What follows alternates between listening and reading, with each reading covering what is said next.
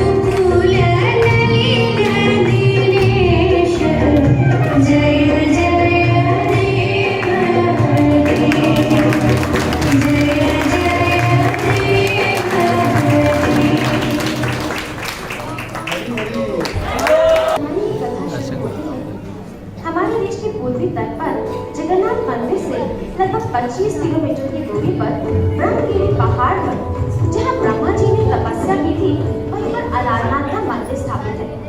सतयुग में जब ब्रह्मा जी ने भगवंता विष्णु जी की तपस्या की तो उनकी तपस्या से प्रसन्न होकर भगवान नारायण ने उन्हें दर्शन दिए और वहाँ कहा कि आप मेरी 4 भुजाओं वाली मूर्ति की स्थापना करो जिनके हाथ में शंख, चक्र, गदा होना चाहिए।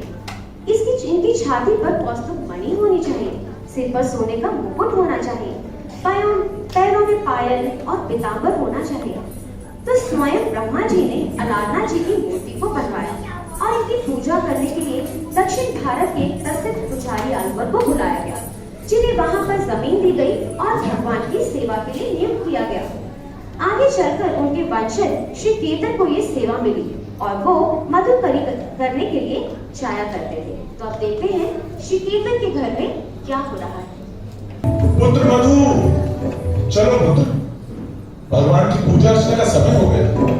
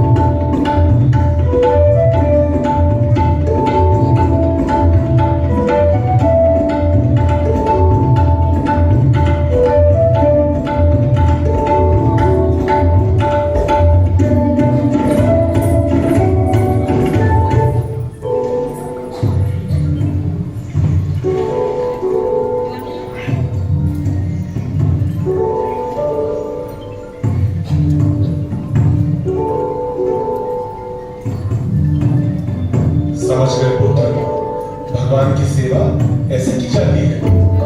अरे भाग्यवान, सुनती हो? भोजन का समय हो गया, जल्दी भोजन ले आओ, मुझे मधुकरी के लिए भी जाना है।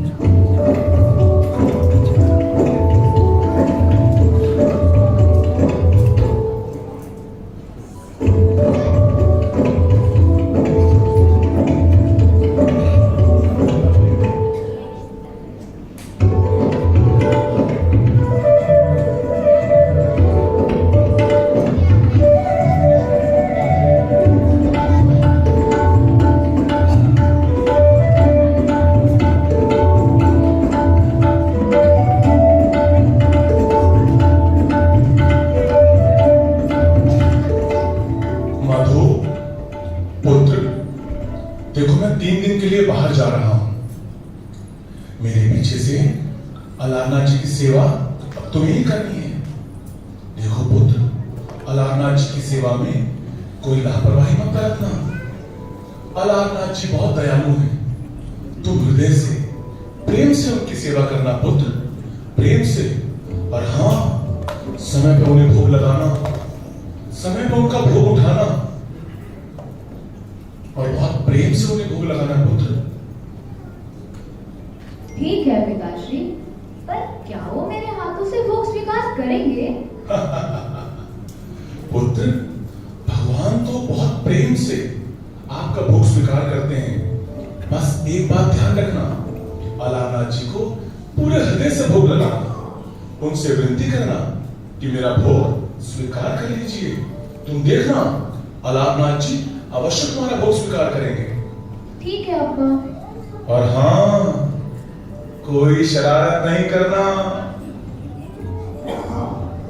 भोग समय से लगाना और समय से उठाना। चलो पुत्र, अब मैं जाता हूं।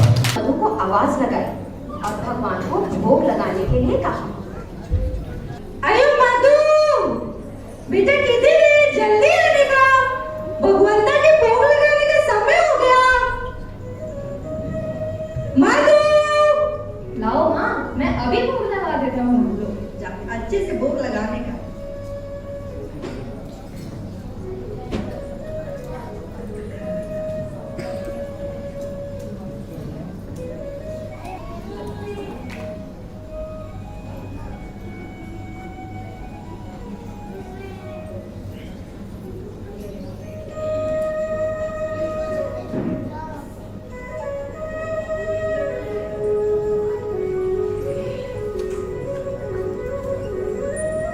देखो भगवंता, मैंने आपको भोग लगा दिया है, अब आप इसे खा लेना। मैं थोड़ी देर खेल के आता हूँ।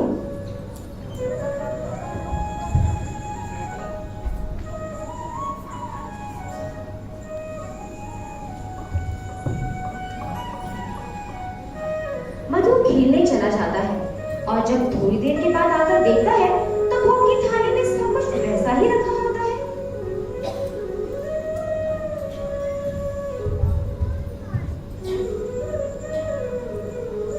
अय्यो भगवंता, आपने तो भोग खाया ही नहीं।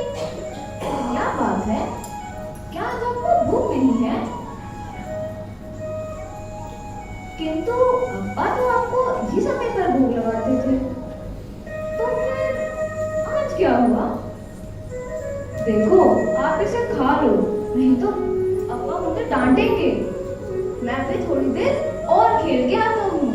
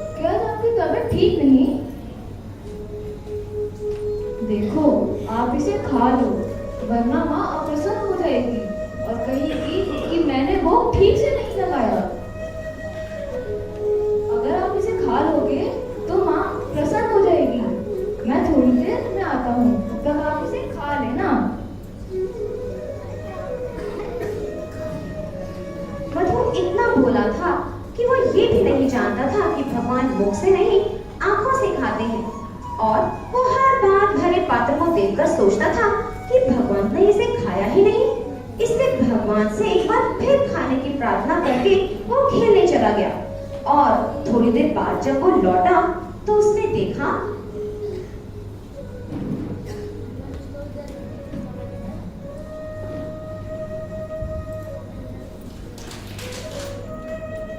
अयो भगवंतो, आपने तो अभी भी भोग नहीं खाया। क्या बात है, आप मुझसे नाराज हैं, इसीलिए आपने भोग नहीं खाया ना?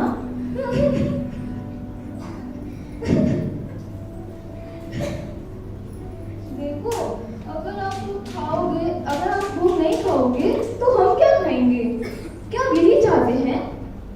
और जब इस बात का अप्पा को पता चलेगा तो वो मुझसे गुस्सा होंगे। फिर क्या तुम्हें पता नहीं है, अंत में तो ब्रह्मा वास करते हैं, इसलिए उसका आदर करना चाहिए। मैं थोड़ी देर में आता हूँ, आप खा लेना। देखो, आपके पास मुझे निराश तो नहीं करोगे ना? और आपके बाद जब मधु वापस लौटा तो उसकी खुशी का ठिकाना नहीं रहा।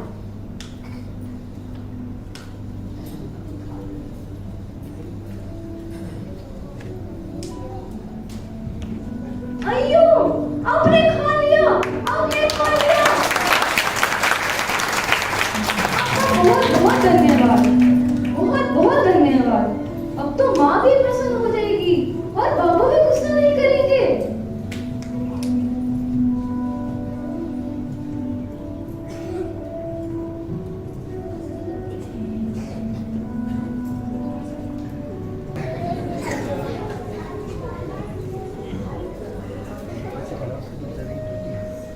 माँ, माँ, मैंने भोग लगा दिया। लगा दिया? लाओ प्रसाद देने का, और तुम भी प्रसाद पाओ। आयो, प्रसाद किधर है? प्रसाद तो भगवान ने खा लिया। भगवान कहाँ गया? भगवान कैसे खाएगा? पिताश्री ने तो कहा था कि भगवान को खिलाना है। भगवान को तो खिलाना है, भगवान स्वयं थोड़ी आएगा खाने के लिए। भगवान आएंगे क्यों? ना वो तो वही है ना। अयो मधु, तुम्हारा दिमाग खराब हो गया, जाओ जाके सो जाओ, भूख है। अयो ये मधु और इसकी बातें।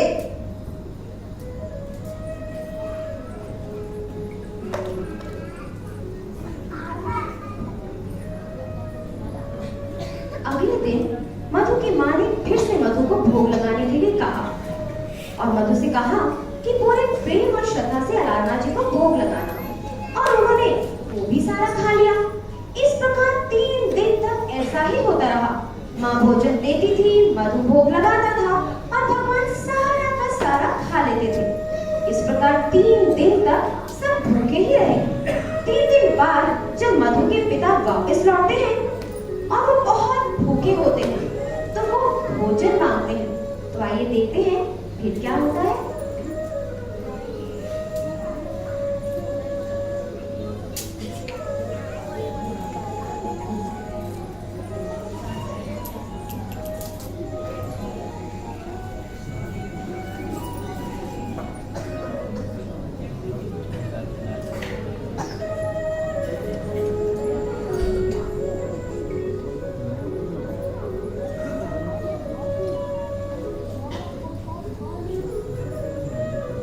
मधु की अम्मा, मधु की अम्मा, मधु की अम्मा। अयो स्वामी, आप आ गए। बहुत भूख लगी है मधु की अम्मा, मुझे जल्दी प्रसाद दो, जल दो, मुझे बहुत भूख लगी है।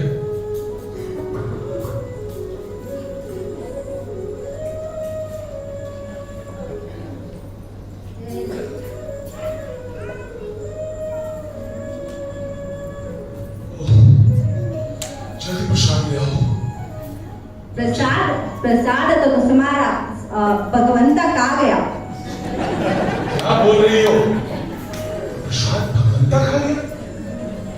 समझा नहीं। मैं भी तो यही कह रही, मैं भी कुछ समझ नहीं पा रही। मधु की अम्मा, मैं मजाक के बिल्कुल। ये मधु रोज जाता, भोग लेके जाता और थाली लाता। हम 3 दिन से भूखा सो रहा। क्या? 3 दिन से भूखे? मगर भगवान अलारनाथ प्रसाद कैसे पा सकते हैं? यही तो मैं भी बोली मधु से, पूछो मधु से। तुम्हारा दिमाग तो खराब है, तुम सच कह रही हो। नहीं तो क्या मैं झूठ बोलेगा? मधु को बोला, मधु, अयो मधु, अब्बा आ गया। अरे अब्बा, आप आ गए। आओ पुत्र, आओ मेरे समीप बैठो। अब्बा, आपको पता है, आपने जैसा कहा था मैंने ठीक वैसा ही किया। प्रेम से अलारनाथ जी को भोग लगाया और पता है उन्होंने सारा खा लिया। मधु, तुम्हें ध्यान होगा पुत्र, मैंने जाते समय कुछ कहा था कि पुत्र कोई शरारत मत करना। समझे? नहीं समझे? आप मुझे सच सच बता दो, वो सारा प्रसाद तुम पाते हो? नहीं अब्बा, तुम्हारे मित्र पाते हैं? नहीं अब्बा, मैं सत्य कह रहा हूँ। अच्छा, तो प्रसाद लगता है ये अपने दोस्त, अपने मित्र वानरों को खिला देता है। नहीं अब्बा, मैं सत्य बोल रहा हूँ। वो प्रसाद स्वयं अलारनाथ जी ने खाया है। क्या बोलते हो तुम? अलारनाथ जी प्रसाद कैसे पा सकते हैं? वर्षों बीत गए मुझे उनकी सेवा करते हुए। दिन में 4-4 बार उन्हें प्रसाद लगाता हूं, लेकिन आज तक कभी उन्हें प्रसाद नहीं पाया। और तुम्हें 4 दिन के लिए क्या सेवा के लिए छोड़ गया? तुम्हें तो ठीक से भोग लगाना भी नहीं आता, और तुम कहते हो कि अलारनाथ जी ने प्रसाद डाल दिया।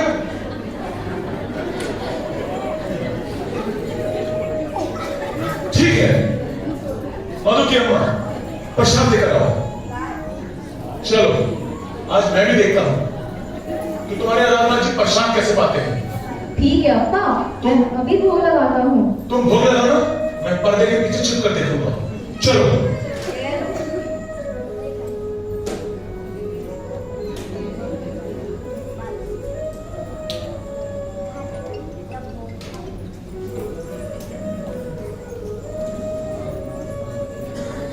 आज इसकी चोरी पकड़ी जाएगी, मिथ्याचारी।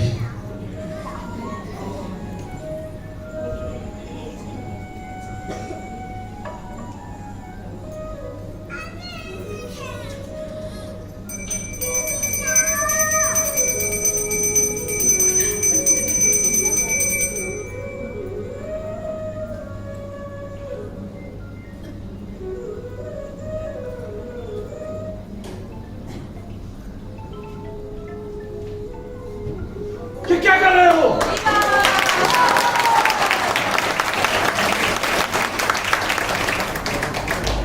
हे ब्राह्मण, तुम ब्राह्मण नहीं ढोंगी हो, तुम स्वार्थी हो, तुम्हें मुझ पर विश्वास नहीं है। तुम केवल दिखावे के लिए और अपने स्वार्थ के लिए मेरी पूजा कर रहे हो। तुम इतने समय से मेरी सेवा कर रहे हो, फिर भी तुम्हारे मन में मेरे लिए कोई प्रेम नहीं है। परंतु इस बालक के प्रेम ने मुझे जीत लिया, इसलिए तुम्हें इसका दंड मिलेगा। शीघ्र ही तुम्हारे कुल का सर्वनाश हो जाएगा, केवल ये मधु ब्राह्मण ही जीवित रहेगा। नहीं प्रभु, मुझे क्षमा कर दीजिए, मुझे क्षमा कर दीजिए प्रभु, मुझे क्षमा कर दीजिए, मुझे क्षमा कर दीजिए।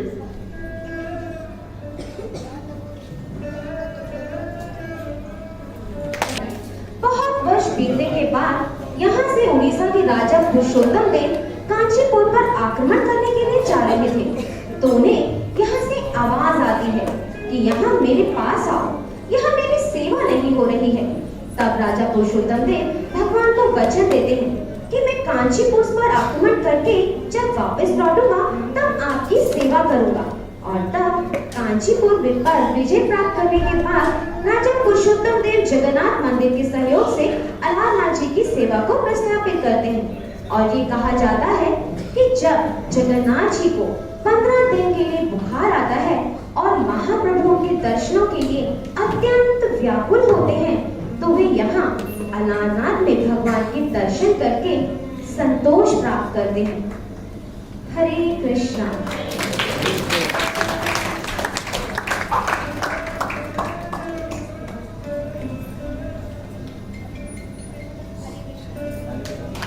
हरे कृष्णा।